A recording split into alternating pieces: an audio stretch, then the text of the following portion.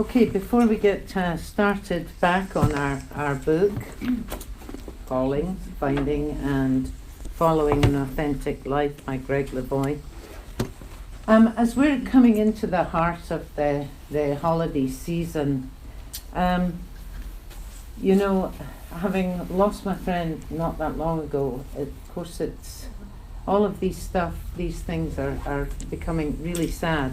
I came across a really wonderful article by John Pavlovitz that I wanted to share with you, which I think is very relevant. He said, "The day my father died, I was at the grocery store buying bananas. I remember thinking to myself, this is insane. Your dad just died.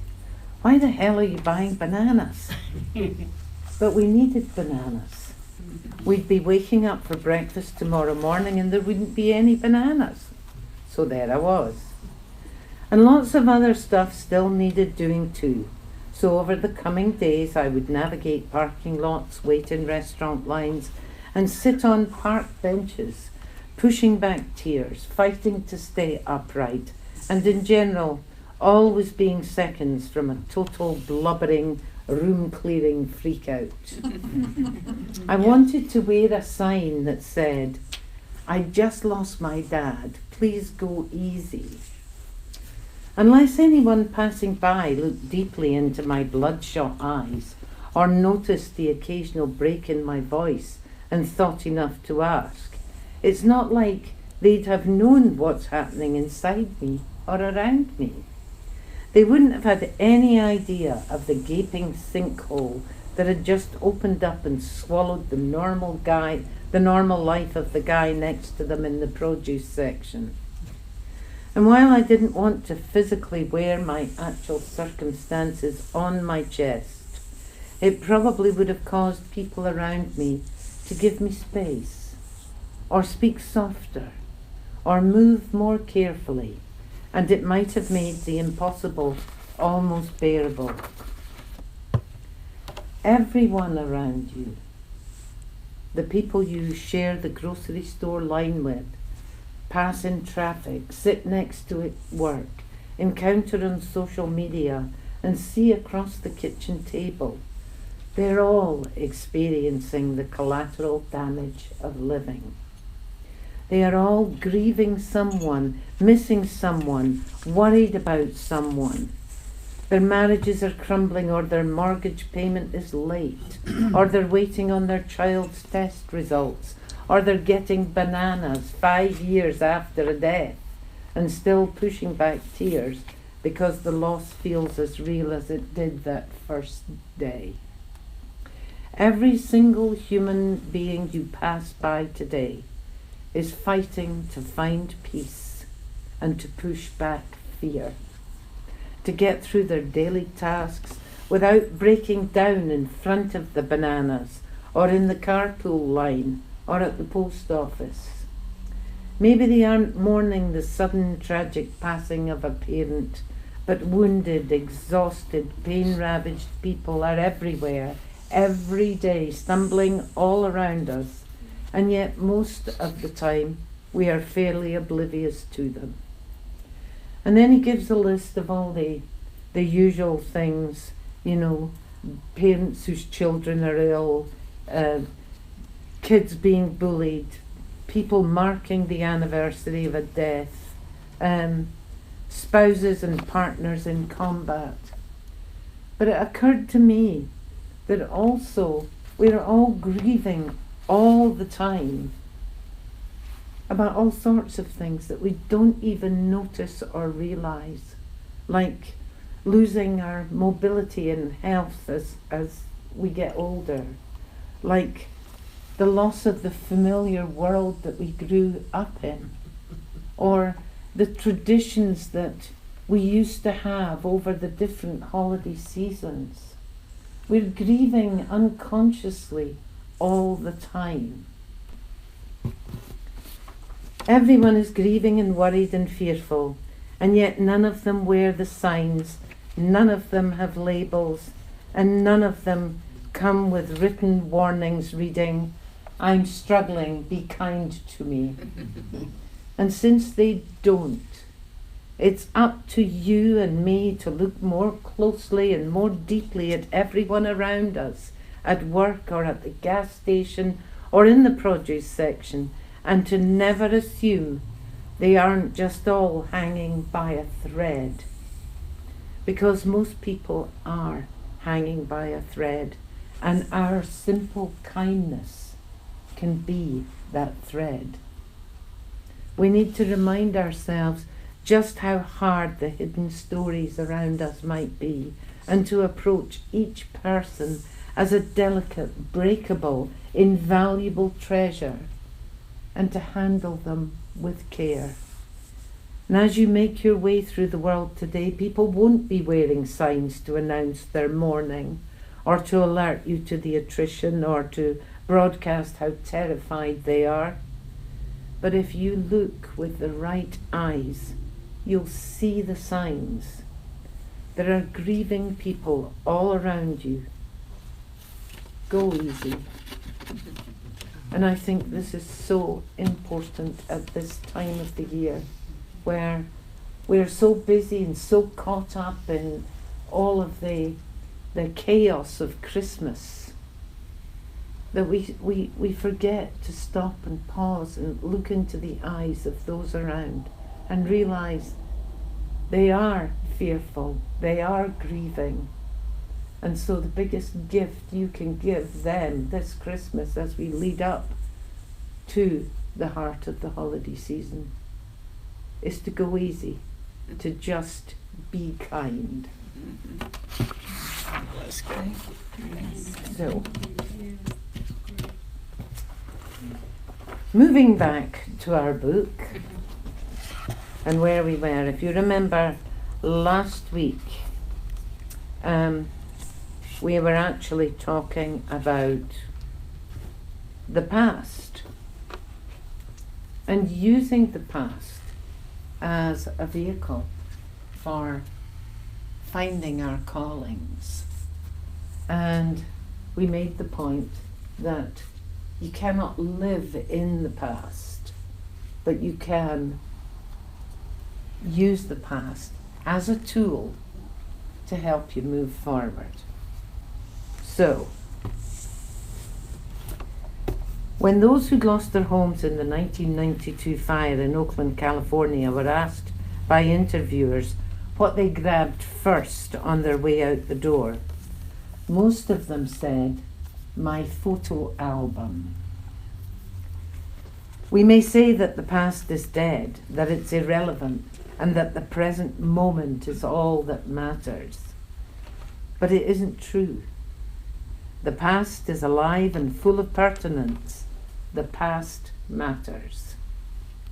Why else are we so keen on raising the Titanic, or plundering the graves of kings, unwrapping mummies, and knowing the birthdays of rocks? Why else would we risk our necks to save the photo albums? We want to remember who we are and how far we've come, how we lived and what was central to that life, what we've gained or lost, and how we survived or didn't. We want to know what's in the trunk and lockers we lug forward through time, says the writer Lee Abbott, what vital secrets they can be sprung to reveal. Hoping to find its den, we want to follow the tracks of time to where they disappear in the undergrowth. We also want to know what the past can tell us about the present and the future, because our past begs the question inherent in history: does it have a goal? History answers with sly winks. Historians say that history doesn't necessarily repeat itself, that history isn't necessarily fate, and that the future can still be inferred from the past, that stories naturally contain clues. They insist that the study of history, offers not certitude, but only diagnostic skill, and that the best qualification of a prophet is to have a good memory. Sometimes history makes us wiser, and sometimes it only teaches us that we've learned nothing from it, and that we still believe that we can go about our lives as if they'll never be interrupted. In fact, I've heard it said that the best way to make God laugh is to proclaim your 5-year plan. History is, above all, the story of change, and it's riddled with the unexpected, the upset decision, the sneak attack, the iceberg dead ahead, the confoundment of the elements, the unforeseen intervention, the sudden change of heart or mind. History and callings teach the same need for resilience. People who have near-death experiences often report that part of the proceedings is a life review conducted in an atmosphere of impeccable compassion. The past is vital to the future, and there's a bond between where we've been and where we're going. Death is a threshold experience, as are callings, and it's not uncommon for people to take stock before proceeding. Interesting stuff, eh? Anyway, then goes on to talk about a man, John Cotra, who took stock of his life. The core of that life review was the memory of a pair of white suede gloves that his father once talked about, and that had belonged to his grandfather, whom he never met. He'd also never seen the gloves, but always pictured them lying on top of some old clarinets he once found in the musty attic of his grandmother's house. Their memory helped him at a critical moment in his life, and, as he put it, confirmed the path. When John was 35, he taped the life history of his parents. 10 years later, in counselling with his wife, he was encouraged by the therapist to look at his family history to help him puzzle out how to proceed with his marriage of 20 years. John had become involved with another woman whom he loved. She eventually became his second wife, but for the sake of the integrity of the counselling, he stopped seeing her. John was a psychologist at the University of Michigan at Dearborn, and he went back to the tapes he'd made of his parents' lives and heard there something he hadn't heard the first time around, which he says brings up the question of our interior state of readiness. What are we waiting to hear? I must have been waiting to hear something about soul. What grabbed John's attention was a story his father told about his grandfather, who in his native Hungary had been a musician in a military band and who was touring Europe and composing before he was 20. When he came to the United States in 1912, he found that there were far more musicians than there were jobs for musicians. And after a year of struggle, he gave up his music and got a job making bricks. After some time doing this kind of work, his hands could no longer fit into the white gloves he had worn when playing the clarinet. After brick making, he took a job shoveling coal. John's grandfather gave up his music, gave up what his father called his whole soul for bricks and coal, emblems of the practical life, elemental and down to earth, the stuff of building houses and making electricity and moving trains. When he put away his clarinet, he did so for good, not ever turning back lest his soul turn to stone and crack down the middle. And when he listened to his own children practicing the piano, he would sometimes bolt upright in his chair and cry out in German, "Falsch," which is false. He was reacting to a wrong note, but he may just as likely have been crying out about the life he had chosen. When I listened to the tapes again, John said, when I heard the story of the white gloves, I did so with great relief, because I knew I was to go ahead and choose life over a deadening sense of responsibility.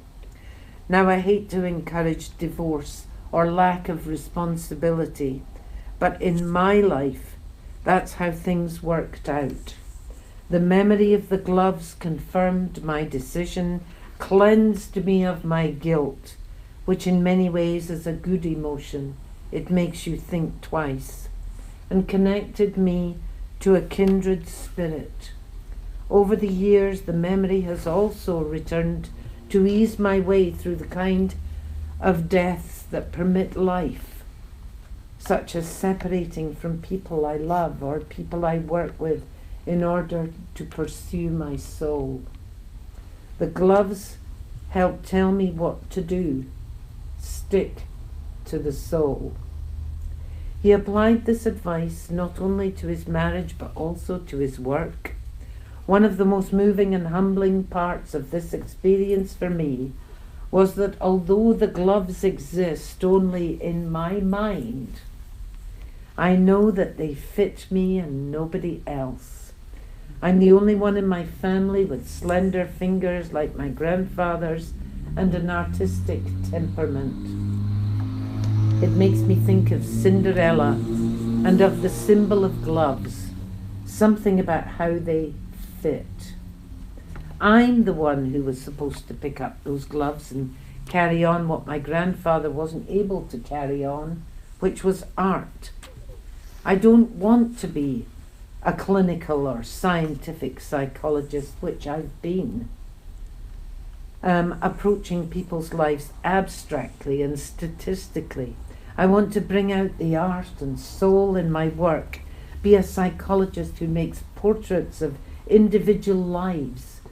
This is something that he has increasingly done, recording people's life stories and putting them into books, audio programs, and even a public television series called Seasons of Life.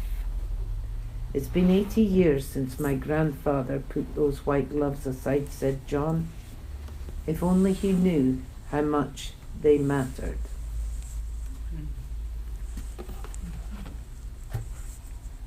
And I think this is a really perfect illustration of how the past can be a guide to the future. But we have to listen to the callings that have maybe been there all our lives. And yet we don't follow them because we want to do the right thing. We want to be the people that our parents wanted us to be, or the other members in our family.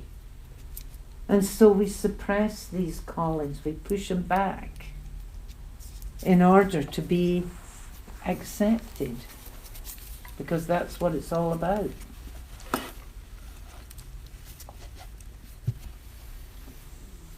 Yes, Shelley. I just think it's coincidental. It's interesting that you would bring that up, because when I was in France, there were a number of people who were actually experiencing that and were changing their paths in life, leaving that one left medicine to go back and, among her spiritual endeavors, use her music and artistic, talents that she always felt was lacking while she was practicing medicine. Right. And the same was true for Bruce Kreider, who was the CEO of HeartMath.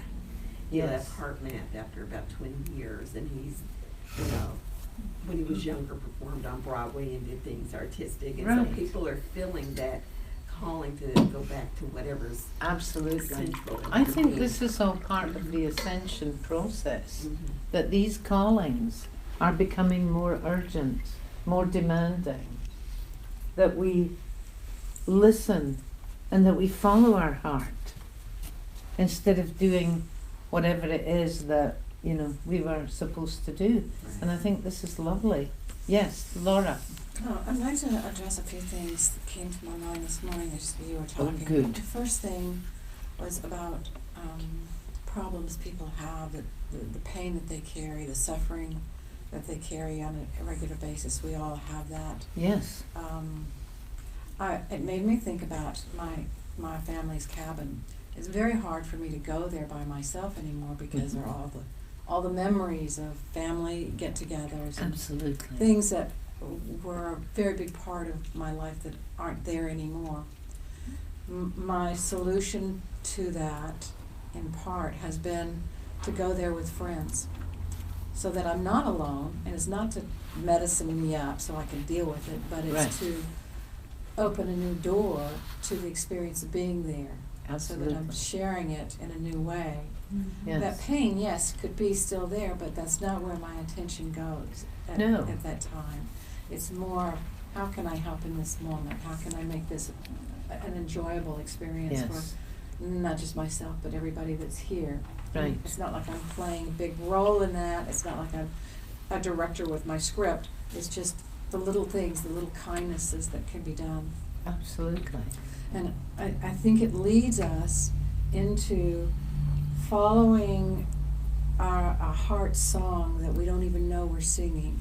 Mhm. And so people like this person who gave up everything to be the grandfather, Yes. to do what he needed to do, we have the opportunity in this life to listen to this heart song and do what we are called to do. And, Right. and I think it's with the spirit of appreciation that we begin to really open the door for that. Absolutely. Gratitude for what we do have. Yeah. Thank you. Absolutely. No, I do appreciate that. And I think, all the time we keep getting urged to, stay in the present moment, stay in the present moment. And I think that is important because really it is the only thing that we have. But if you appreciate that time is not linear, that the past is the present is the future, and you do glimpse back, there are clues, there are signposts and nudges and things that you've ignored. And most of the time you will have ignored them because of fear. Fear because you didn't have the resources to do that. Fear because you were letting your family down. Fear because, you're afraid to let go and let God. Rejection. And fear of Judgment. rejection. Yes. Judgment. Fear of judgment. Starvation. Fear of starvation. Absolutely. Yes, Peggy. feared that, yeah. About grief and losing someone, one of the most healing things that about 3 years after my sister friend passed away, I just sat down and wrote all the things I had admired about her and all the goodness she brought in my life. Mm-hmm. And it tipped the scales from grief to gratitude a little bit. Yes. And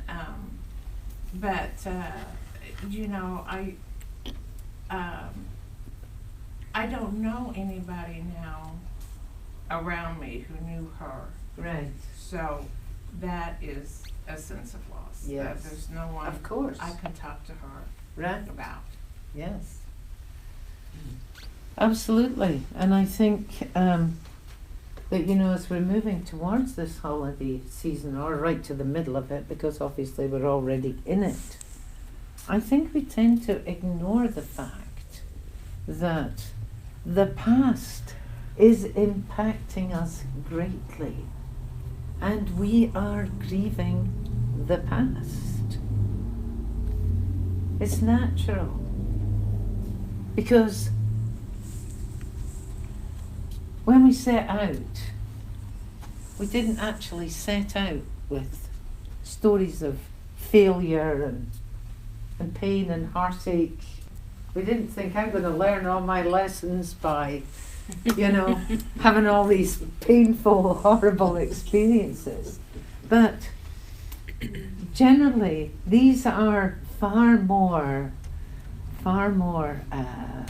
what's the word I'm looking for? They're far more, they're good at teaching you. It's the pain, it's the... Catalyst for change. These are the catalysts for change, yes. That is the thing. We don't learn so much when we're happy. And why? Because when we're happy, we're totally in the moment. Yeah. Yeah, that's right. We are totally in the moment. Yes, ma'am. We're not learning anything then because we're just resting on our laurels for what we have already learned. Right. And it's a lovely time, and Yes. I could use a little more of it myself. We could all use a little more of the balance. This Exactly, is the thing. but it is a no growth time. Yes. And I think that's a good way of putting it. It is a no growth time. It is when we are totally in the now. We have no desire to leave it, to look back. Not even to really look forward, because there's that fear of losing what we've got right there. And that's why we're totally in the now. Laura, you're waiting to say something. I think things move on. Things move in cycles. I sound like a little, whatever, there's a time for grieving, there's a time for everything. Ecclesiastes Yes. 4, Right. for everything there is a season. Yes. Turn. Right. Who was it that sang that? Yeah. We are coming into 2020, and it's supposed to be some major changes. But for the last few weeks, probably since Thanksgiving, and it continues onward, in my quiet times, I'm remembering things, and not in sequence, but they're all good things. So nothing sad. But when I did this and when I that, and I have never had that much go on, and it's not judgment or it's anything. It's just, and I started to wonder, was I saying my life passed before me? No. before I left? No, not at all. Not at all. But it's all just the little things, and some things that got me in trouble because I thought differently, but just the people I've met, the encounters, the Right. good things. Yes. Uh-huh. Yes, Shelley. I'm curious to know if anyone else has seen more discussion about how difficult the season is this year than ever before. Because I've commented that I wonder why that's constantly in front of me, that this is a hard time for people. And then all of a sudden yesterday, 2 things happened that found out a girlfriend's son passed away this weekend, who was in his mid-20s. Wow. And I don't know the circumstances, but it had been tragic. Right. And then I was also reading the stories, not personal, but it really touched me about the mom who dropped her son off at a hospital, 14-year-old with Down syndrome, because she just could not handle Yes. the responsibility of being a caregiver. And she had 3 other children too. And I just thought, what is going on that there's so much attention right now? I think the thing is that we've been brainwashed by the media, by everything, and this is such a happy time. The most wonderful time. The of most year. wonderful time of Best the year. Christmas ever. Yes. And then they report the news. Yes, exactly. Mary. Well, I think it's just another layer. The holiday season is just another layer of all the huge things that are happening. Anyway. Oh, I agree And with so you. it's just it just makes it more intense because of all the other stuff. But It's I think Shelley's raised a good point that, nobody actually wanted to admit that they were having a really hard time at this, the most wonderful time of the year. Yes, Ruth? This morning on CBS Sunday Morning, before I left the house, they were talking about Christmas music. The constant playing of Christmas music causes depression. Causes depression. Yes. The constant playing of Christmas music. Yeah. I can see that for some people. You know, it's a holly jolly Christmas, you know. Yikes. You know, the past is familiar, and Uh-huh. some of those stories could have been about me right there, but, you know, you're talking about trying to be your authentic self. Is that what we're talking about? Right. And it's hard sometimes because you have all this familiarity. And Yes. it's comforting, you know. Right. So, But it's a struggle, you know. I think we had all these expectations. Yeah. And we were trying to meet those expectations at the expense of what we really, you know, what our soul was calling us to do. Yes, Shelley. No, I was wondering, I raised that question because I'm wondering if, was there anything energetically, like in our Oh. energetic forecast that talked about this being Oh, part of the yes. transition into 2020? Oh my gosh, it's huge what's going on right now. Huge. Yeah, I wanted to speak to what Shelley said, because in the Theosophical teachings, it says that we're at the end of a 21-year cycle. Yes. This winter solstice marks the beginning of a new 21-year cycle. Right. And it also, there's some feeling that we're at the end of what they call a Kali Yuga, which is a 25,000-year cycle. So Right. we're getting ready to, Yeah. enter into this new era. And there's resistance on one side, and then there's people that are willing to go for Right. change, but the grieving and of Yes. the old is all, but there is, in the Theosophical teaching, there's quite a bit of writing about it. Right. This The other thing too to remember is that in order for change to happen, there has to be destruction. I mean, this comes back to the Hindi stuff, isn't Shiva the destroyer? Yes. And is not regarded, Shiva is a god. It's not regarded as, you know, as in Western theology, as like the devil. You know, Shiva is an equally good god because we have to destroy in order to rebuild.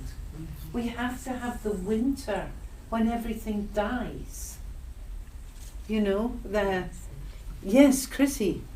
This is just a visual that really struck me. I read this recently, and it's about the energetics of the season and the sacred geometry and the numerology. It all comes together, of course. But a butterfly, a caterpillar, we all know it goes through its short time as a caterpillar, and then it spins a cocoon. It knows to do this. Mm-hmm. And then it literally liquefies in there. So it lets go of all identity, all structure of itself. It loses all form Uh-huh. in order to turn into that butterfly. Mm-hmm. Now, how scary does that sound? But that's where we are energetically. Yes, I think so. But I think Yeah. that we are going through this process of change. And we do have to let go of so much. And it does have to be destroyed in order for change to happen and growth to come. You know, the only thing certain is the certain spring. Yes, Sakilash. So just a thought for us to consider. Yes. So we are talking about making ourselves feel better by changing the way, things we do and so on. But maybe another way to look at it, just to consider, is if all of our lives if each life we live is a separate painting, and everything we do in each life is a brush stroke or something, is one better than the other? Is one brush stroke better than the other? I like that. I like that, because we do make judgments that this brush stroke is better than that brush stroke. And yet, all of this is done, unfortunately, in looking through the keyhole. And we have to open up to the big picture in order to be able to see that, as Shakespeare says, nothing is either good or bad, but thinking makes it so. Or we Plus, can all just- those brush strokes are a foundation. I mean, they are, each one builds upon the next, and so they're so important.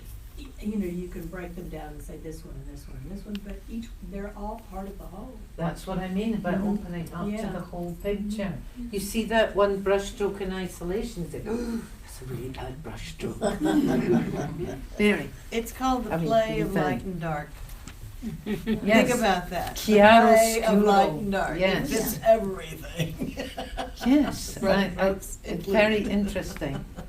Anita. I had at brunch last week relayed to Shelley that I have always thought that when I get to the end of my life, I turn and look back, and my life is a beautiful tapestry. Mm-hmm.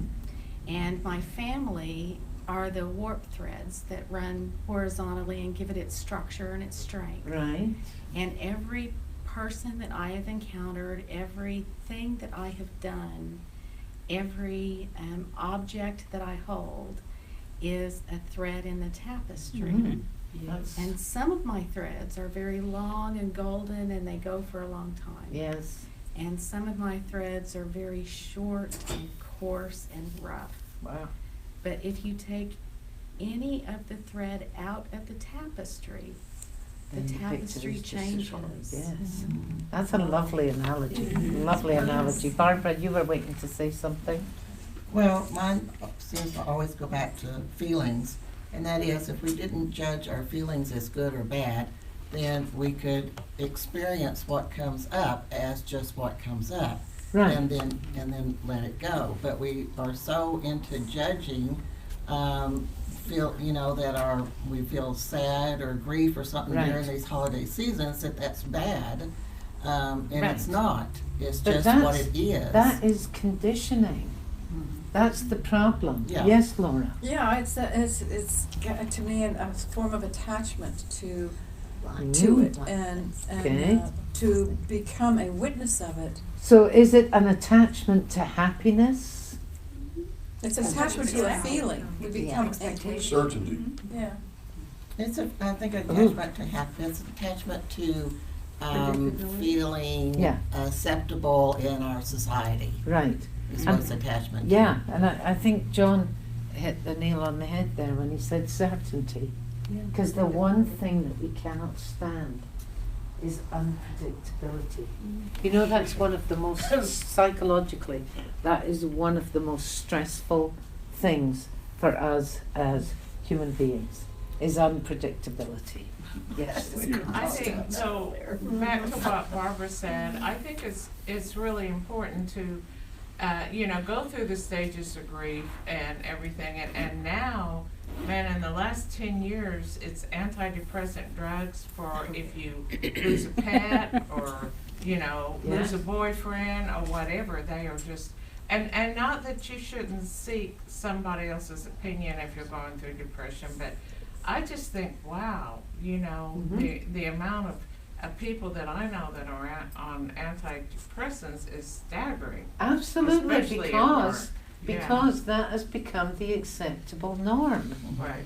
You I was know? going to say the certainty Yes. he's talking about is being accepted. Yes. And that's what we are familiar with. That's what we want to do, is be accepted. Yes. And that's certain. If you're having feelings of sadness or grief or whatever, you don't know how the other people are going Gonna to react to you. Exactly. But you know how they're going to react if you're happy and blah, blah, blah. Right. It's a certainty. That's the certainty. You know Yeah. that's how That's they're a, gonna that's a react. very interesting point. Because, what happens when you're upset and sad? You know, yeah, there'll be one or two empaths that jump in and say, you know, I'm here for you, but everybody else is going, don't know what to say, don't know what's going on. Yes. That's when you have to cultivate the joy of feeling left out, of being left out. Yeah.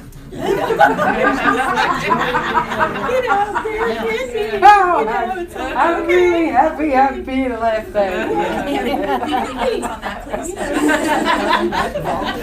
I know, I've done a lot of cultivating of that myself. And I've gotten to really like that. Mm-hmm. And and there's something good to be said for it.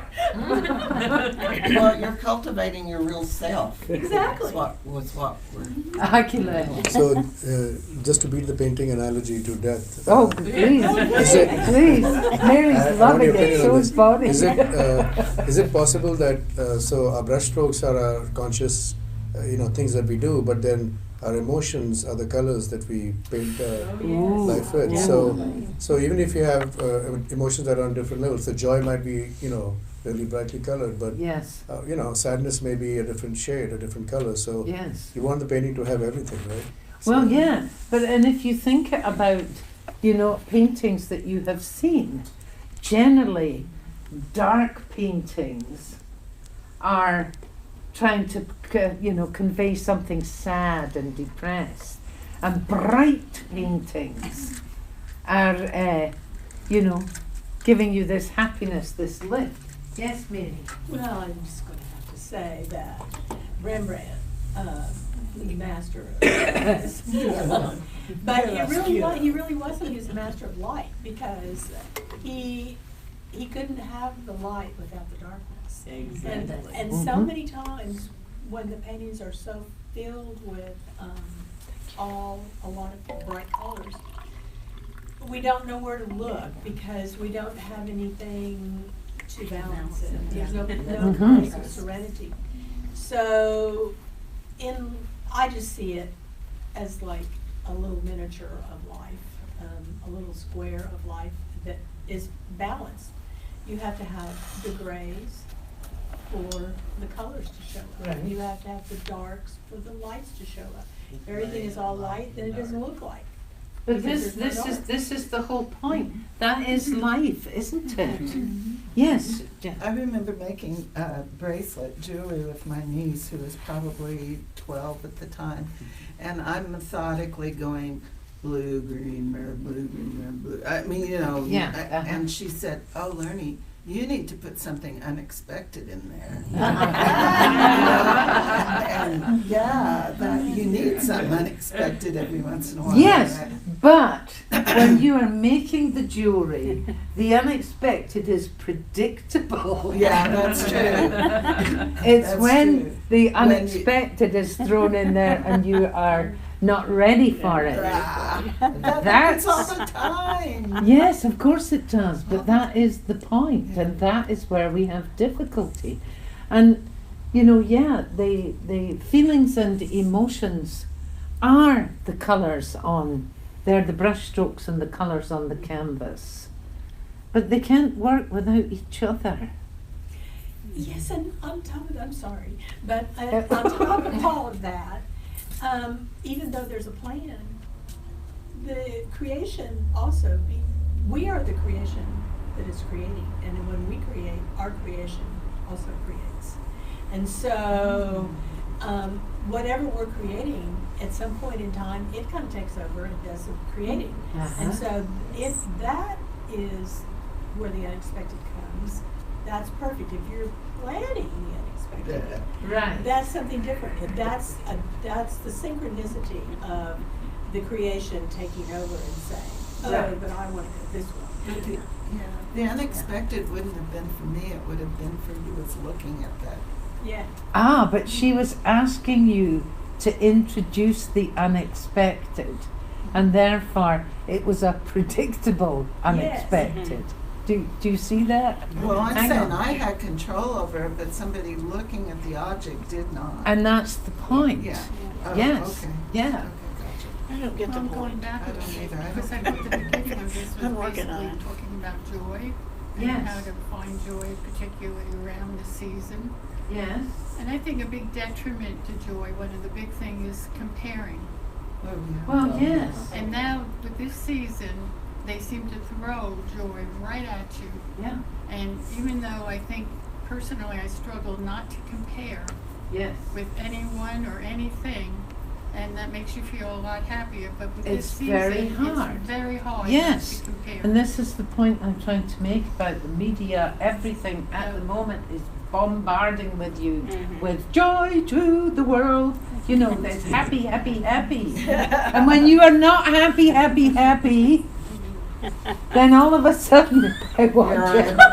Miserable. Then you You're watch left the out. news. You have to buy Yes. stuff to be happy. Well, there you go. Yes. Like I was in a store the other day and the music was fine at the beginning and then it just drove me crazy. There you go. That's what. Who was it? Was And I was just. thinking about post 9/11 when we tortured all those terrorists. Yes. I was thinking, they used to play hard rock music to them. I would always think, just put some new Christmas music in there. That's a torture.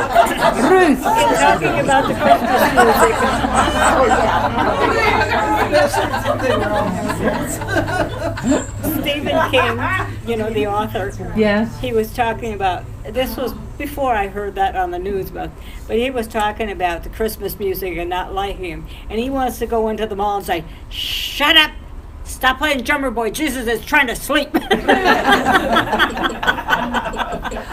Barbara. I wanted to go back to the analogy of the unpredictability and knowing, you know, whether, anyway, it goes back to either you're in charge or spirit, universe is in charge. Yes. And when you Right. surrender to the universe being in charge, then it's the But the whole point about that is you being in charge is a total illusion. Exactly. You are not driving this bus, even though you think you are. Right.